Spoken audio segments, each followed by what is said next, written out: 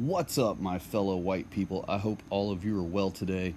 So, History.com is shilling for the blacks now, and they posted this article online February of this year, of course, during, quote, Black History Month. And I'm going to go through some of these. We're not going to be able to go through the whole page here in one video because it would take a long time. I have a lot of stuff to show you. I'm going to keep these videos a little brief. But yeah, this is History.com, and they know darn good and well that they are lying, but they are very careful how they word things. So you'll notice how they word it. They put 9 black inventors who made daily life easier. Alright, so that sounds fairly harmless, to say. And then you can read this little part here if you want. But read right here, though, in particular. Alright. It says, see a list of products that have sprung from the minds of black inventors. Alright. Really what it is patents, and that's all it is. And these patents were already patents for these quote inventions already existed from white people long before these patents by black people were ever made, proving that they did not invent these things. I'm going to show you that here. So the first one, we got Sarah Boone. Now real quick, I'll just show you, let you have a read here. The improved ironing board, invented by Sarah Boone. But notice they call it improved ironing board, not the ironing board. Any black website you go to will say that she invented the ironing board. And there are a bunch of, and I'm going to do a video about this, there's a bunch of generic websites that are being created constantly. And they supposedly have, and they have other information on them. But really, I think they're created just for putting out certain history of this and history of that articles, so that when white folks who are told in school that blacks invented certain things or whatever, they go looking this stuff up on a quick Google search, they'll click on these generic makeshift websites that have been made up just to give the credit to black people of certain white people inventions. And of course, I say certain, but really they're trying to claim every single thing you can imagine, from the pocket comb to the clothes dryer to everything you can imagine. So here we go. We're going to start with the ironing board. Hopefully you've paused and read that down below. And, you see this depiction here, and that is a proper cartoonish depiction of what a modern ironing board looks like. And they say that her invention is the forerunner of today's modern ironing board, what led to the modern ironing board we use today. And they even show you the depiction right here. But if you look at the patent that this Sarah Boone made, it is nothing like our ironing board whatsoever. You'll notice that it has a 1x1 or a 2x2 piece of wood on one end and a fixed 1x1 type of board on the other end. And the entire thing is only, max width on this board is probably 7 inches or 8 inches at the most. And you can tell because the fine lines that are drawn on either side with the bright area on top is to depict that it was angled downward. So it only had this flat strip along the top, and so that means the ironing board was curved downward longitudinally, and it was also curved downward on its width. So no one on earth has this type of ironing board because it was never created. This ironing board does not exist anywhere. It was never created, not even by her. No one ever owned one because no one ever made one. It's just an idea she had. And it is not the forerunner of our typical ironing board we use. So let's get on to it. History of ironing boards. The first ironing boards were actually created by Vikings in the 9th century. But, here it'll tell you about Chinese pans and whatnot. But the actual first idea of using a board or a stone and then running heat over the top of it while the material lays on the stone or the board was the Vikings, which of course are white people, in the 9th century. But the modern ironing board, here is a patent from 1866 by S.A. Mort. All right. Now, in case you didn't remember, we'll go back to it. The date that she supposedly invented this was in 1892.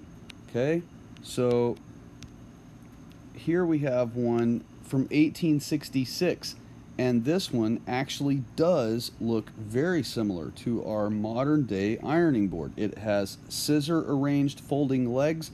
It has the same flat top board that we use, which is wide on one end and tapering to the other end. This is exactly the type of arrangement that our modern ironing board is, and that was already patented long before her patent, and her patent certainly is no improvement on this one, that's for sure. So S.A. Mort, a white man, was the one who invented this particular one and patented it in 1866, and he's not even the first person. A white lady named Catherine Beecher, which I'm going to show you now, have a read of the column on the left, okay? And I want you to pay particular attention to this spot. This is the first conception of our modern day ironing board. 5 feet long, 2 feet wide at one end, tapering to 1 foot 3 inches wide at the other end. Now, she doesn't mention foldable legs here, but with something that large of a board, foldable legs would have become an obvious necessity on it right away. So, and keep in mind, she conceptualized that in 1842, and it's documented. So, let me scroll over here. One more thing I want to show you about her real quick, and about black women inventors in general. You're going to discover, if you search for black women through black women inventors by name, that they show like 5 or 6 photographs of different women and attribute all of them to the same name each time. So, in other words, this one here, top left corner, first picture available, Sarah Boone. This one most likely is her, right? Because it's a very, very, very old picture, and that would be more aligned with 1892. But you'll see here that they have this other lady that they also say is her, and those two women are not the same woman. Let me zoom in, and this is another one. So these two here, have a look. They are not the same woman. Similar, but not the same woman.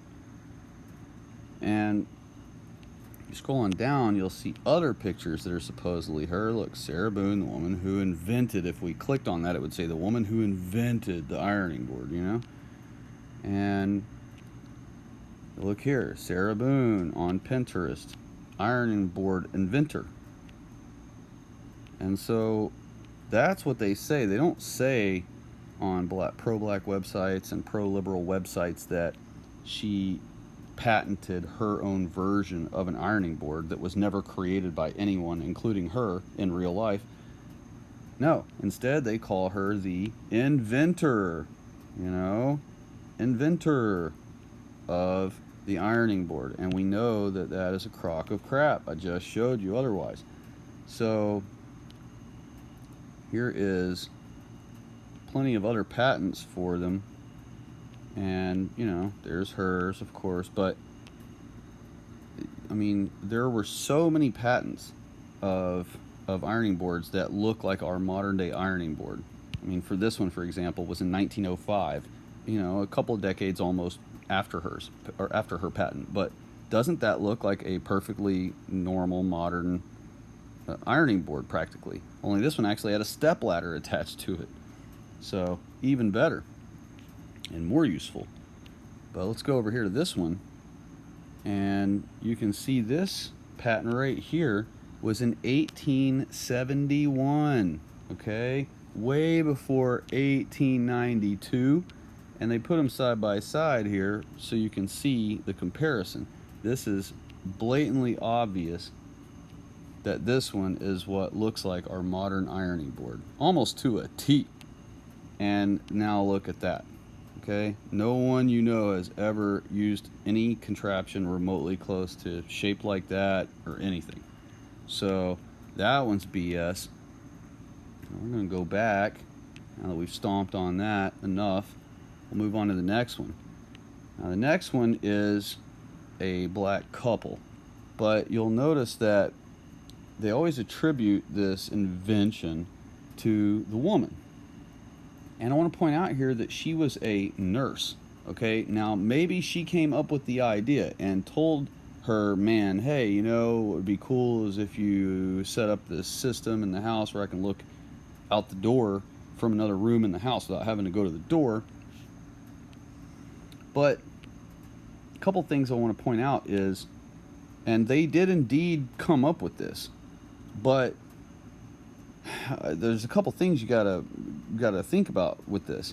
Every single component of this supposed invention is comprised of white people's inventions. Okay, a white man invented video screens, a white man invented microphones, a white man invented speakers, a white man invented the camera and the camera lens, white men invented conduit, wires, white men invented circuitry, the idea of it. White men invented every component: capacitors, diodes, transistors, transformers, coils. It doesn't matter what component you pick. MOSFETs, they're all invented by white men. So this entire thing is nothing but a collection of white man's inventions, all assembled together. You know, a white man electric motors to raise the white man invented camera up and down on the doorway, which I'll show you is depicted here. Okay? And another thing I want to point out is that there are no pictures of this in their place, and there are no pictures of this set up anywhere with this motorized camera that looks through 4 holes in a door. No one uses that. No one's ever used that, except maybe these folks, and they have no pictures of their setup anywhere available for anyone to find. So this may not have ever existed. They may not have ever actually made it. They may have just conceptualized this and never actually made it, because again, there's no evidence that they ever made it. Now this was patented in 1966. They were awarded the patent in 69, but they filed for it in 66. And the real thing to take from this is that this is CCTV. That's what this is. This is CCTV. And while they may have been people who patented the idea of using it for home security, it was already being used for building security. And it already existed in police stations and other public buildings had this arrangement where they had cameras looking outside of the building, and they had a monitor or 2 or 5 or 10 on the inside of the building, and they were using it for monitoring the premises outside the building for security. Same as this, it just wasn't an apartment, it was a public building or an official owned building. So, and again, there's no home anywhere that has a camera mounted to the door on tracks and looks through 4 different holes in the door. And the reason they did that is obvious. It was for, you know, if a person was too tall to see out of the lowest hole, then you'd raise it up to see the face of the tall person. And if it was a child at the door, well, you wouldn't be able to see him with the camera all the way up at the top of the door, so you'd have to lower down to the lowest hole where it could look and see who the child was knocking at the door. But either way, this is just a massive collection of white people inventions kludged together to make what was already invented by white people, known as CCTV. And I'll show you now that CCTV already existed long before 1966 when they filed for the patent. Here we have it. CCTV was created in Germany by white Germans in 1942, and they originally used it to monitor rockets, because obviously you can't ride a rocket or stand next to it and watch it, monitor it while it's in action. So they mounted cameras to it, and then they could watch remotely from a monitor at a good distance, safe distance, what was going on. And here's another thing. If you put in history of CCTV, bang, comes up right here, you know. And this one says 1949, a U.S. company introduced the first commercial CCTV television system. That's kind of redundant there, but anyway, that means in 1949, a company was already producing them for buildings, okay, for security of buildings. So there was, to think that home security would never have existed, the idea of having CCTV in your home wouldn't have ever existed without these black folks, is retarded and laughable. Move over here real quick to this last one. Now, I saved this tab to show you that if they, and some sites will say just straight up that home security in general would never have been thought of if it wasn't for this black couple. And you can see here that home security systems actually existed in the 1800s. They had alarms and the triggering mechanisms and the whole thing. So they didn't invent the idea of home security or alarming or any of that. And to give them a little credit, they don't claim that. They claim that it was security but monitoring purposes. So we'll go back and we'll look at it again, and it doesn't say that it's an alarm. It says it's a system utilizing television surveillance for the home.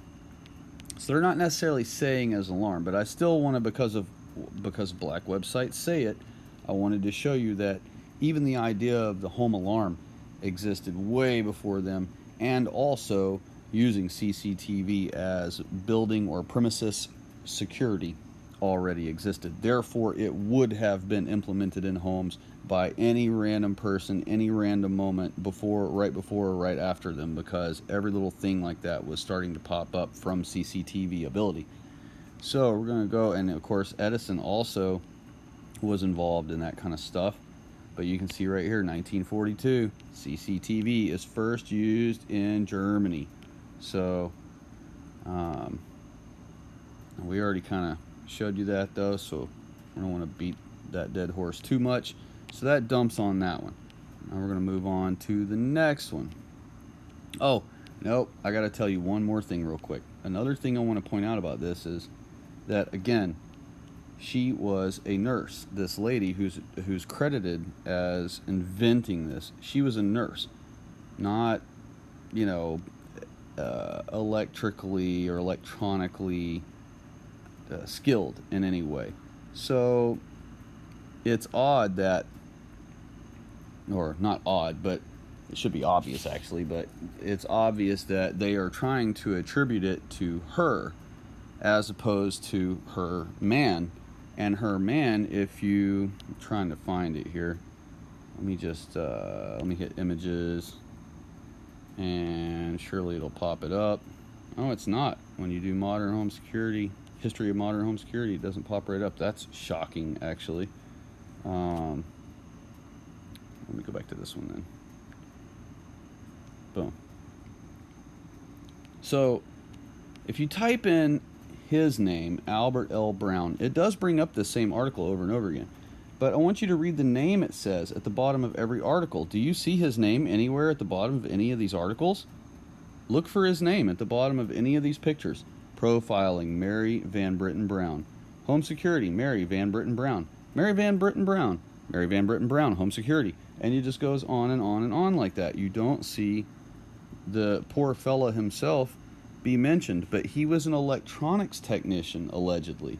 So if that's really what he was, who do you think would be more capable of designing, fabricating parts, and building and wiring correctly and using correct circuitry, building proper circuitry, all these things? How would anyone expect that a nurse would be able to do all this, not her electronics technician man? So this is about the only one you get right here. And what does it say at the bottom? Mary Van Britten Brown.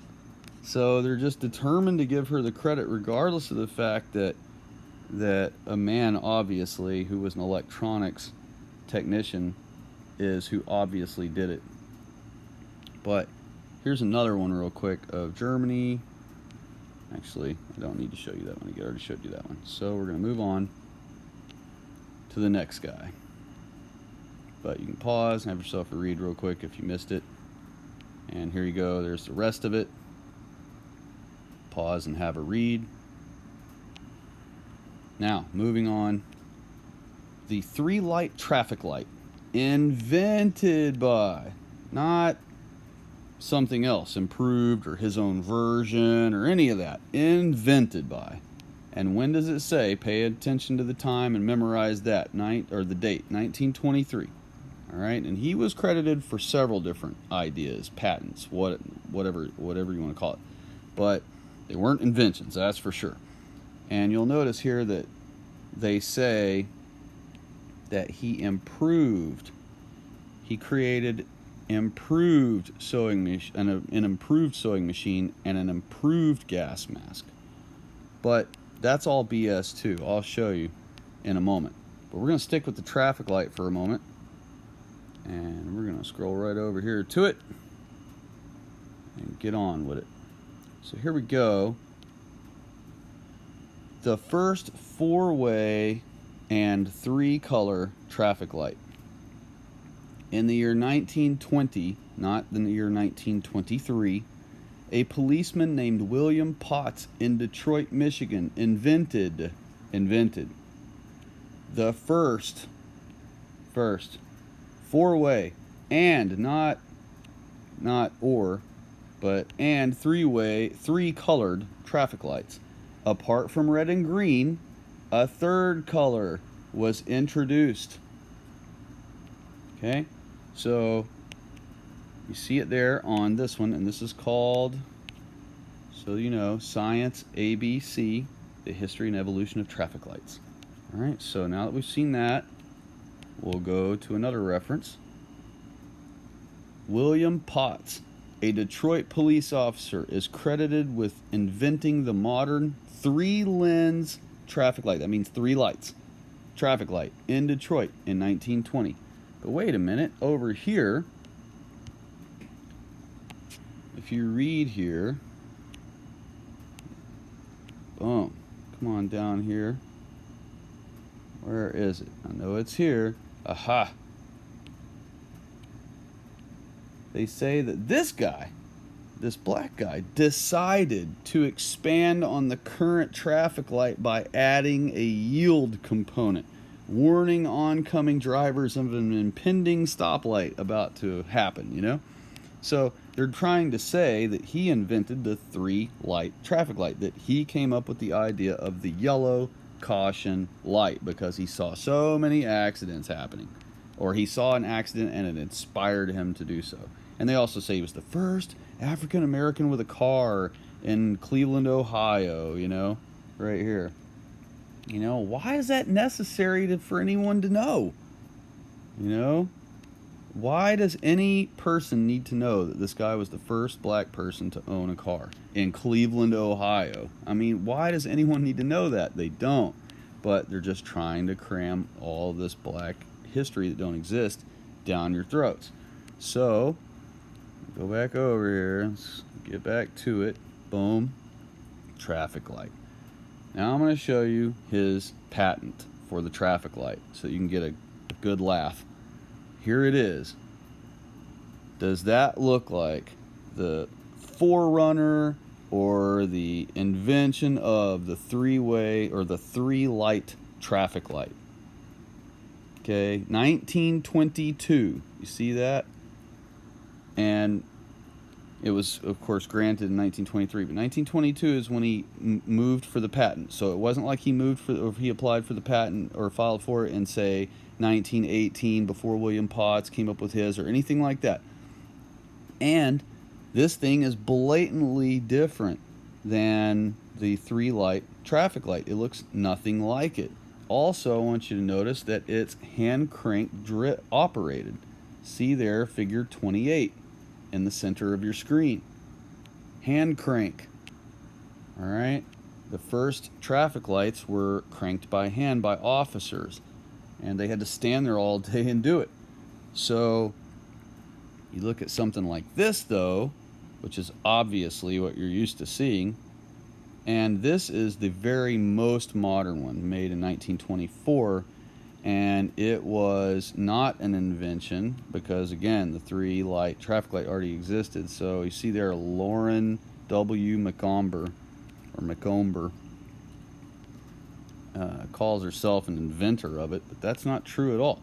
And I'll show you, because right here is one in 1923, already in operation. Do you see the top there? Doesn't that look like your typical three-light traffic light? Why? Because that was William Potts' design.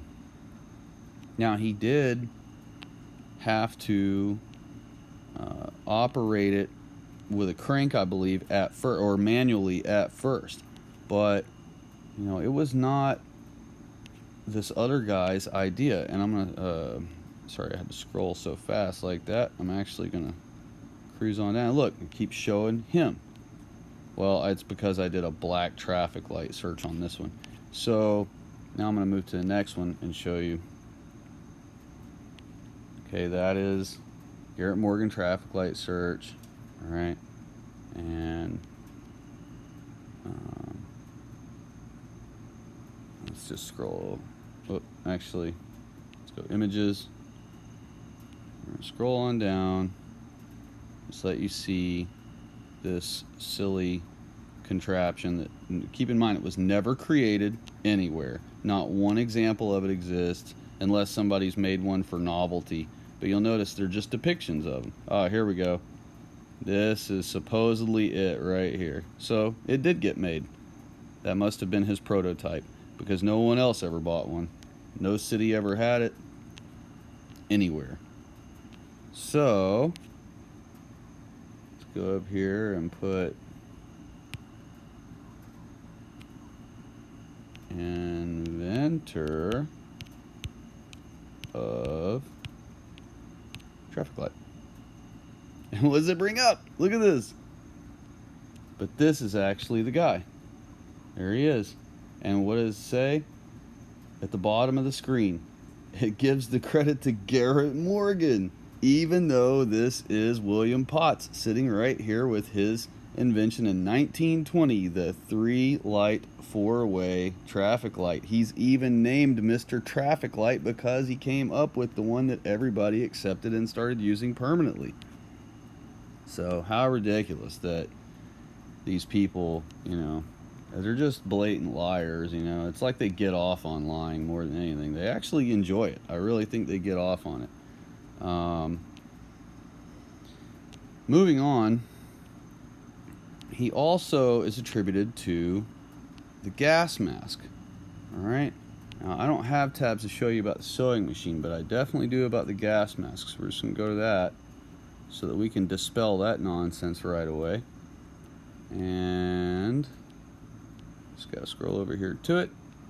Well, so now it's not there. Oh, here we go. Bam. I had passed it. So gas mask. Gas masks existed way before his idea, before his quote invention. But you'll see here he's mentioned in 1912. But I'll show you that there is plenty of other gas masks. There are plenty of other gas masks that already existed. So here he is holding his. You've never seen any team of workers or troop of soldiers anywhere who wore that mask. And this is a picture of it again. And another thing that you should know about this gas mask is that it wasn't actually a respirator like what you think of a gas mask in modern times. All it was a soft good that fully enclosed your head, and then it had two hoses that ran all the way down to the ground. And the idea, of course, was that you would hopefully get more fresh air at ground level and not breathe in some harmful gas that, you know, you would have to hope is lighter than air so that it's not sitting at ground level. But there it is. There's the patent. And, you know, you've never seen anyone wear this. No one wears this anywhere. So the gas mask was invented long before this guy, and I mean actual real gas masks with respirators were invented long before his non-gas mask that doesn't even have a respirator. So I'm going to show you that. Let me just scroll up here to the top of this guy so you can see all of these real gas masks that were invented before his. And there's a bunch of them. So the first idea actually came from well, let me move on. It's right here. Bang. First idea of it was actually from brothers in Baghdad, Iraq. And they thought of this in 850 AD. But we're going to move on down because that's not exactly something like what we use in modern times. Now, here's another one that was used during medieval times, I believe. And it was not a gas mask either. It was basically a farce. It didn't work at all. They just used the beak to hold good smelling scented things like herbs and whatever plants that smelled nice. They would stuff them in the beak and then they would breathe, and they were tricking themselves basically by smelling the nicer smells of whatever they stuffed in the beak. They thought that that somehow got rid of the dangerous smell that they were smelling. And they actually did it. I'll show you here. You can read the little thing about it there. It's to banish evil smells. And then, of course, there was this one. And this is an actual... this is one that actually went to a device that functions similar to a respirator. And that was all of these are way before his time. These are in the 1800s. Here's a gas mask like you would think of today without it being a respirator necessarily, but actually it did. It had wood charcoal, powdered wood charcoal in it, so it was a genuine respirator. Now, John Tyndall created a respirator too, and this guy is really popular. I mean, he thought up all kinds of great stuff, and his respirator, though it didn't really take off, was a genuine respirator, and it was way before the one that supposedly Garrett Morgan made, and then, or invented, I should say. And then here's another one. This is a genuine respirator. Another genuine respirator. All these were real respirators, and they're all in the late 1800s. All right, way before Garrett Morgan's, you know, not respirator. So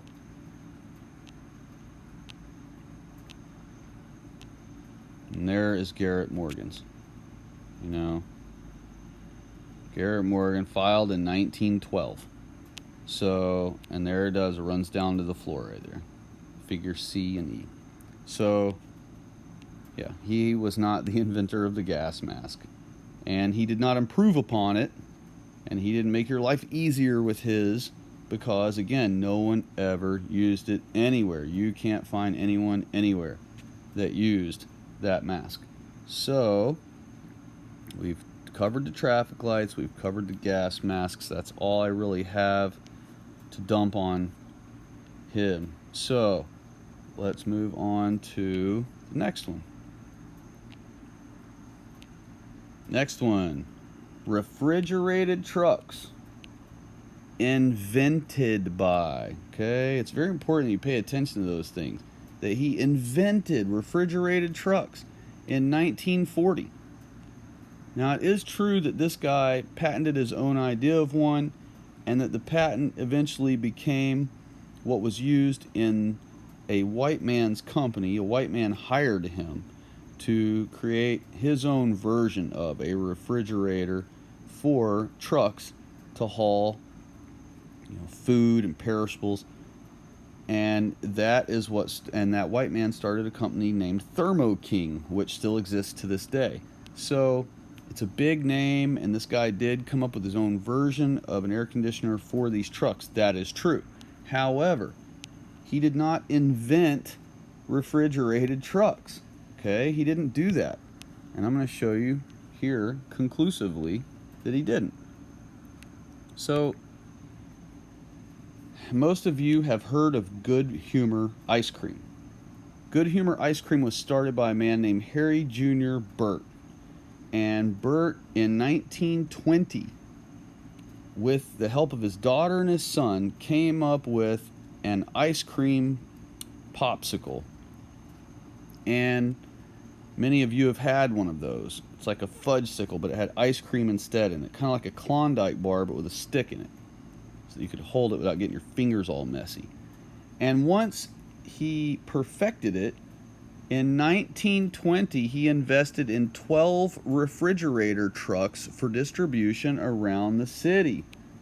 How did Burt in 1920, 20 whole years, 2 decades before this other man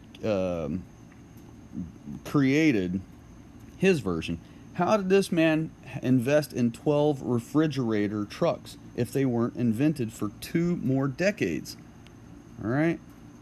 Basically, he started the modern craze of ice cream pops. And he did so in 1920, and he was so excited about it, he started driving around in trucks selling them. So, or had a team of guys doing it. And also I want to show you here that the first portable refrigerator was invented in 1873. So we already had portable refrigerators. You know what portable means? That means you could sit it in the yard. You could put it on a truck, in a box truck. You could put it wherever something's big enough to hold it, you could put it. Why? Because it was portable. Therefore, we already had portable refrigeration in the 1800s, way before. We're talking, that's, you know, gosh, a ton of time. So we're talking 70 years, 67 years before before the supposed, black invented refrigerator truck. So another thing I want to point out here real quick is that when refrigerated cabinets, refrigerators and whatnot started being created, they were very cold near the cooling apparatus, and then anywhere else in the cabinet further away was warmer inside, so certain foods did not stay as cold as others. So a white lady named Mary Pennington, this is her, she thought up the idea of adding a fan into the refrigerated cabinet area so that it would circulate the air around and make the entire area the same temperature. That way, perishables put anywhere in the cabinet would stay the same temperature as everything else in the cabinet closer to the apparatus, the cooling apparatus. So, here is another reference for you, and this is from Good Humor's own website, okay? That in 1920, not 1940 something after a black invented it, in 1920, Burt outfitted 12 street vending trucks with freezers. Okay? So, that guy did not invent the refrigerated truck. That is laughable. By 40 years laughable, or sorry, by 20 years laughable, and actually by 70 years laughable when you consider that the portable air conditioner was invented in the 1870s. Next, this liar. Her name is Shirley Ann Jackson, and I've already done a video specifically about this lady. So all of these things that are attributed to her, I've already proven that all of them are complete hogwash. They were all invented by white men, and they all were already in existence and in operation and in use before this lady was even old enough to have any part in things like this. And it says in that video that I do about this lady that she makes no such claim of any of these things, right? And that black websites just attribute it all to her. Meanwhile, this lady goes and does keynote talks at public conventions, and she stands there while some black lady or whoever, anybody who introduces her, rattles off all of these things that she supposedly had everything to do with, that her research led to the creation of all these things. And it's 100% a complete total lie.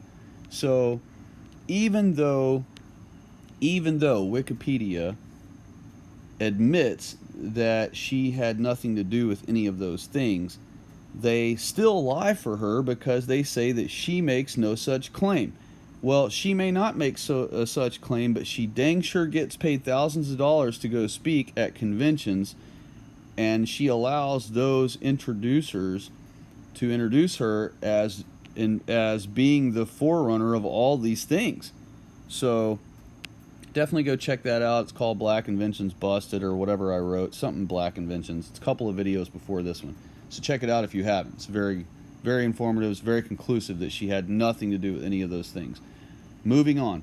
Automatic elevator doors, supposedly invented by, remember we got this word here, not improved upon, not his own version patented of, no, invented by, in 1887. Keep that date in mind.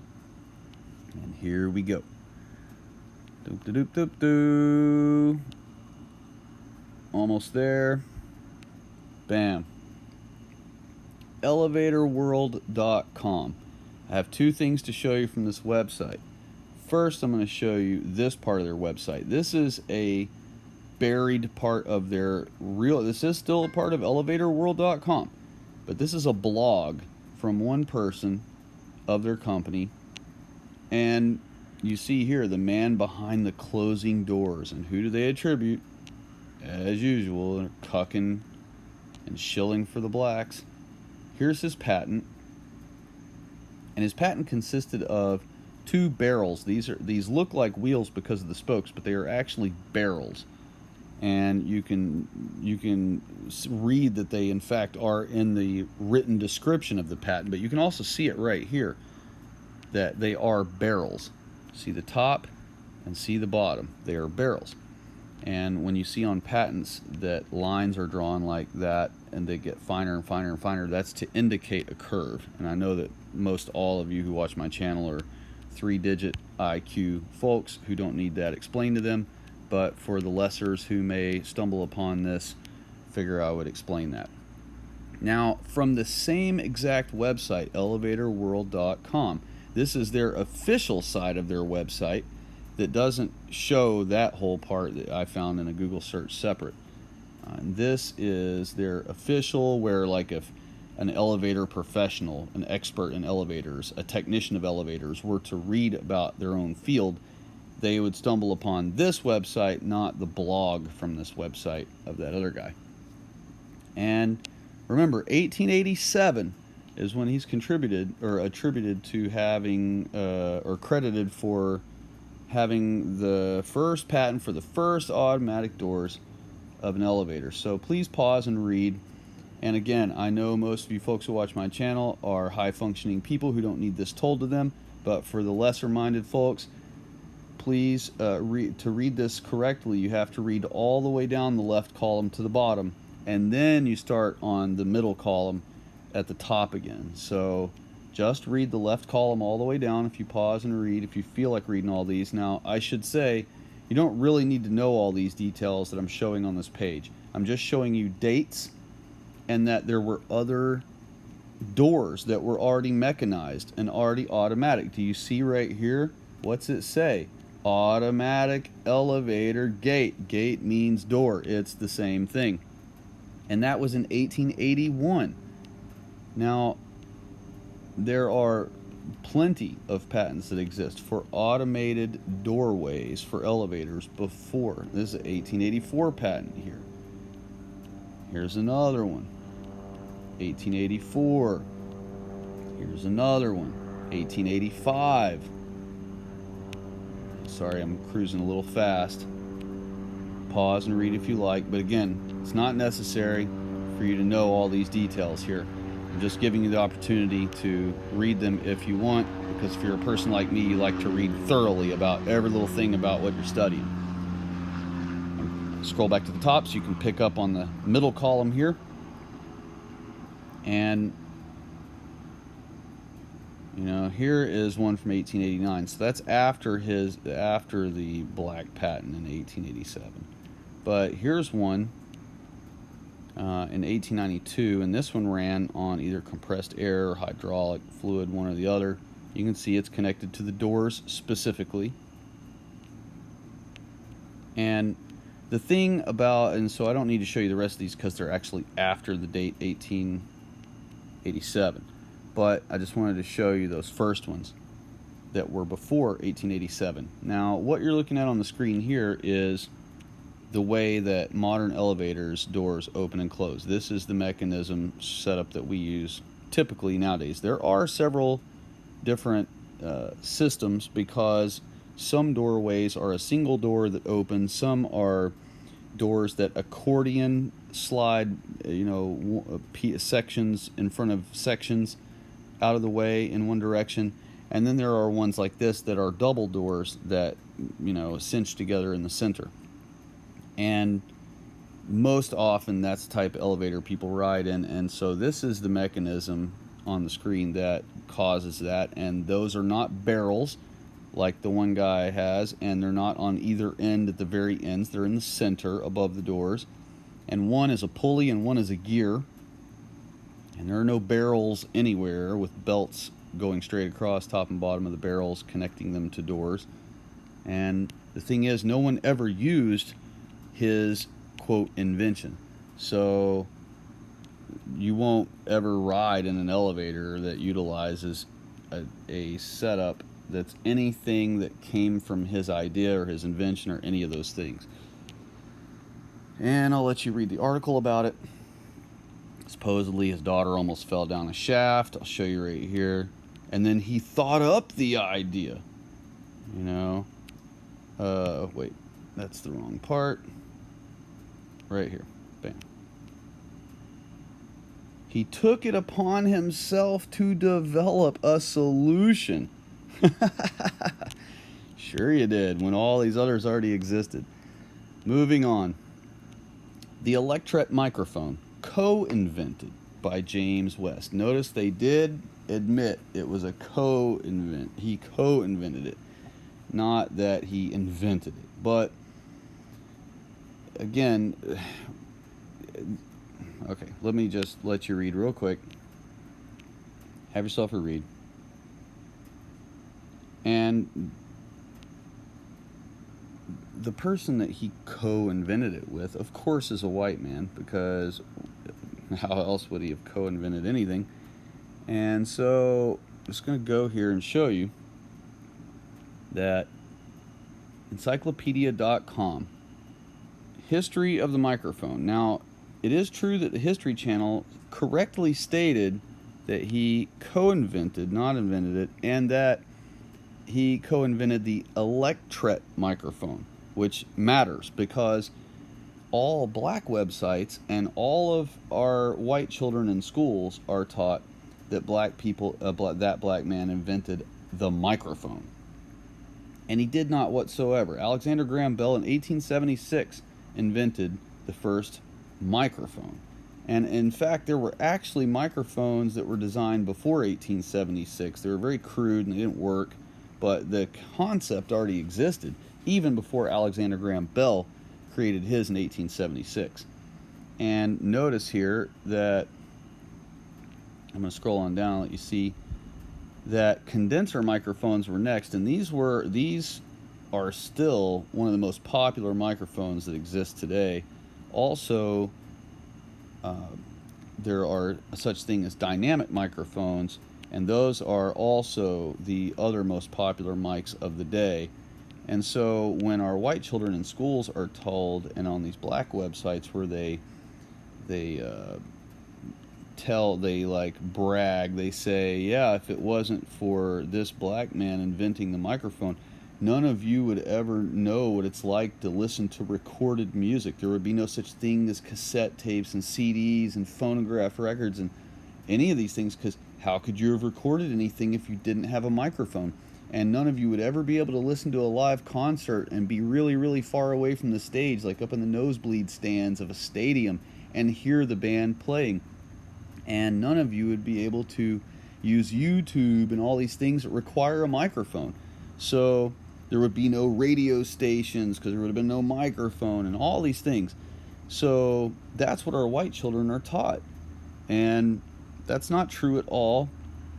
Now, it is true that electret microphones are in use. They do exist, and I'm going to show you here that if you do a Google search and click shopping for electret microphones, they do exist. And they're in some cell phones, not all cell phones. Some cell phones use dynamic mics. But electret microphones are in use. They do exist. And here you go. But do you see the typical like SM58 or Beta 58 handheld microphone that you see singers screaming and singing into on stage at every concert? No. Do you see any, kick drum mics or drum mics at all for that matter, or, instrument mics? There's none. There are none here. Now, it is true that they have reference microphones. You'll see the one at the top of the screen, DBX's RTA microphone. That's a reference measurement microphone to measure the acoustics of a room with.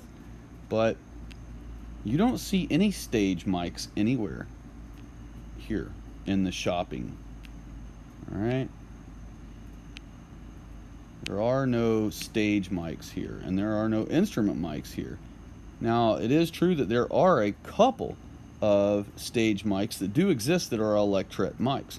They're typically older mics. They don't really, as you can see here, there is not any modern one offered. And you see here the Shure Beta 87, that is not an electret microphone. That is a condenser microphone. And that is what you see on stages all over the place when people are screaming their heart out, singing away. That's what they're singing into, is a Beta 87. Now, it won't look like that most often because nowadays we use wireless ones, and they are different shaped. The top, you will always recognize a Beta 87 by the head of the microphone. This cover on top with the flat top and rounded sides and the little rubber guard around the center so that when you sit it down it doesn't, clack really loud. That will always be on the top of every wireless Beta 87, but the bottom, below the head here, this whole part, the body, the handle part, will be bigger and cylindrical and black most often, or white. They have covers and they put sequins on them for celebrities and whatever, but it'll look a little different than that because it has to have the wireless transmitter inside it. But it's still, that is the mic right there that is used, and that is not an electret mic. Even though all the rest of these are electret mics in here, this stage microphone is not. It is a condenser microphone, which is different than an electret microphone. Totally different. They give you the same result in the end, but they're totally different the way they go about converting acoustic signal. So here goes another. This is an electret lavalier microphone, but notice it has to have a battery. Okay, that's what that's for there. And tiny electret microphones, they're operated by the battery in the cell phone or some other remote battery, And maybe some of these have a super tiny magnet inside or a battery inside them, but I doubt it. Probably run off of, the device they're in's battery. But some stage mics did exist long ago that were actual electret mics, but they weren't even electret mics. They were called electret condenser mics. And there is a such thing, and it's not a pure electret mic, and it's not a genuine, what's called true condenser mic either. It's literally called an electret condenser. But again, you've seen I've scrolled page after page after page, and we've not seen one stage mic anywhere. So rest assured, all of you white people would have still heard all the recorded music you've ever heard and enjoyed all of the live performances up in the nosebleed section without any black around. Now, another thing I want to show you here, this is Gerard Sessler, who co-invented the microphone with him. And I want to show you something that you ought to see.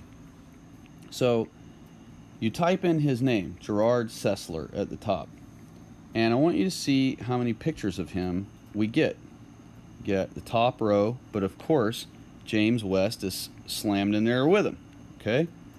And then you get to the second row and you still see more pictures of him, but you see James West here and you see James West here. Okay? Why? Because they co-invented it, right? So you got to include the black guy. I can't leave him out. Well, here he is still. Here he is here, right? But look, right beside him, James West.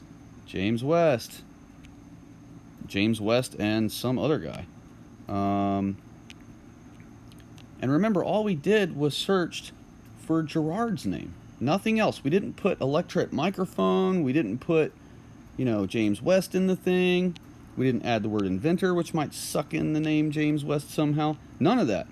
And I want to show you that okay, so we're at 1 row, 2 rows, maybe not even he's like only 1 picture on the 3rd row, 4th row, 1 picture, 5th row, 2 pictures, but 3 pictures of James West. Next row, no pictures of him, 3 pictures of James West. Next row, James West, and James West, and not him. Next row, James West, and not him. Next row, him, but James West, him and James West, and James West. And look, it even shows James West here and says the dude's name, Gerard M. Sessler, underneath it. And look, we're still seeing James West, right? Scroll on down, James West. Finally get Gerard in there again, but James West has got to be right beside him. James West.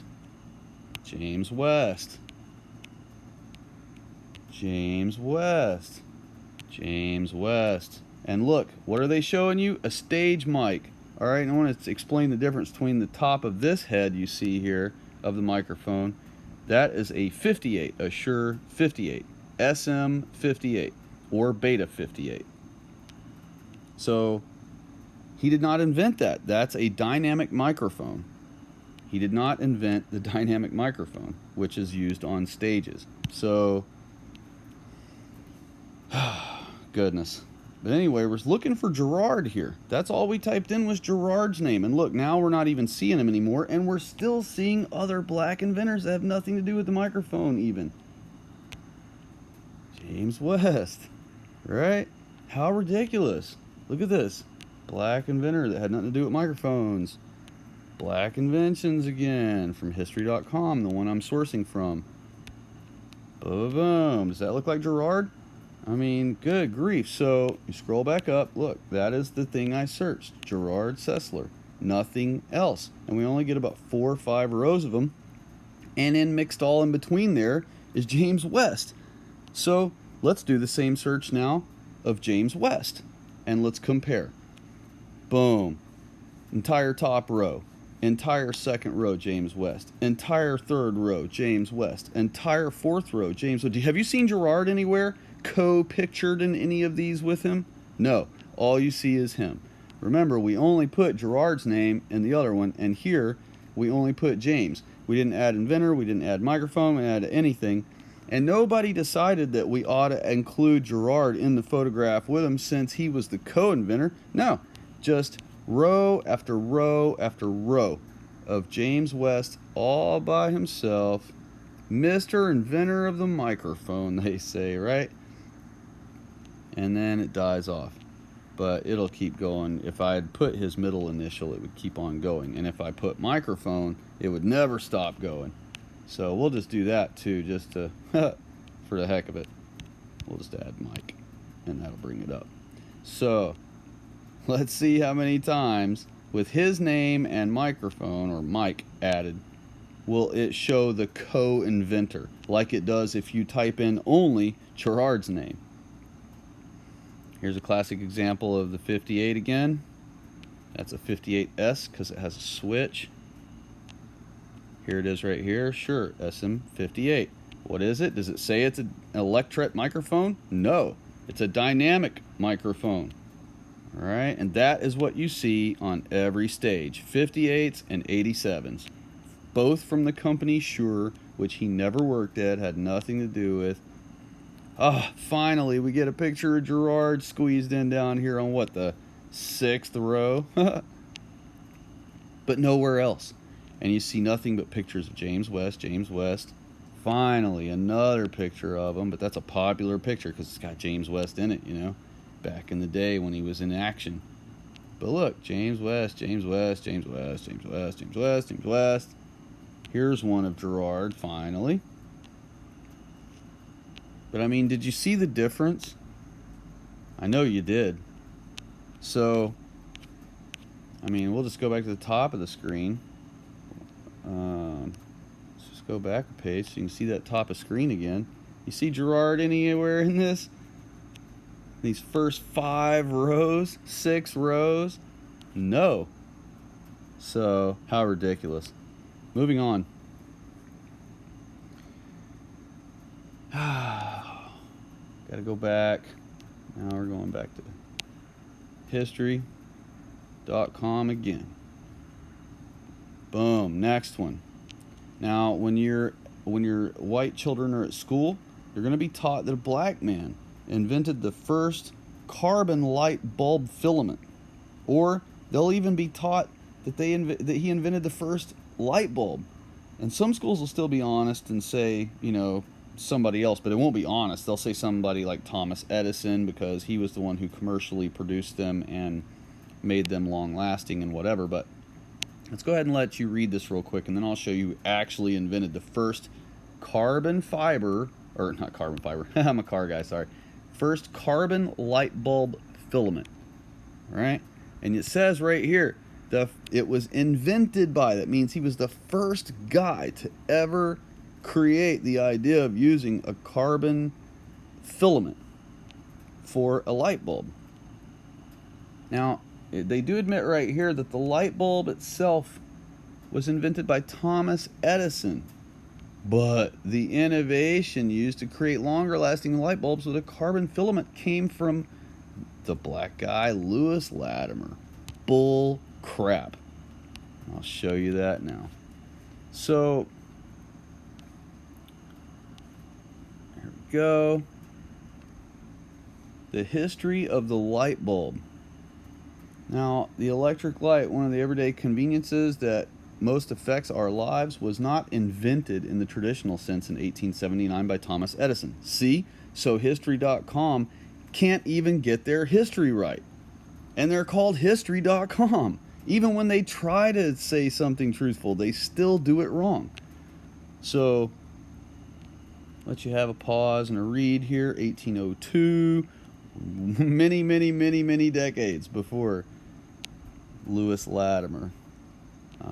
But just let you pause and read these things if you want.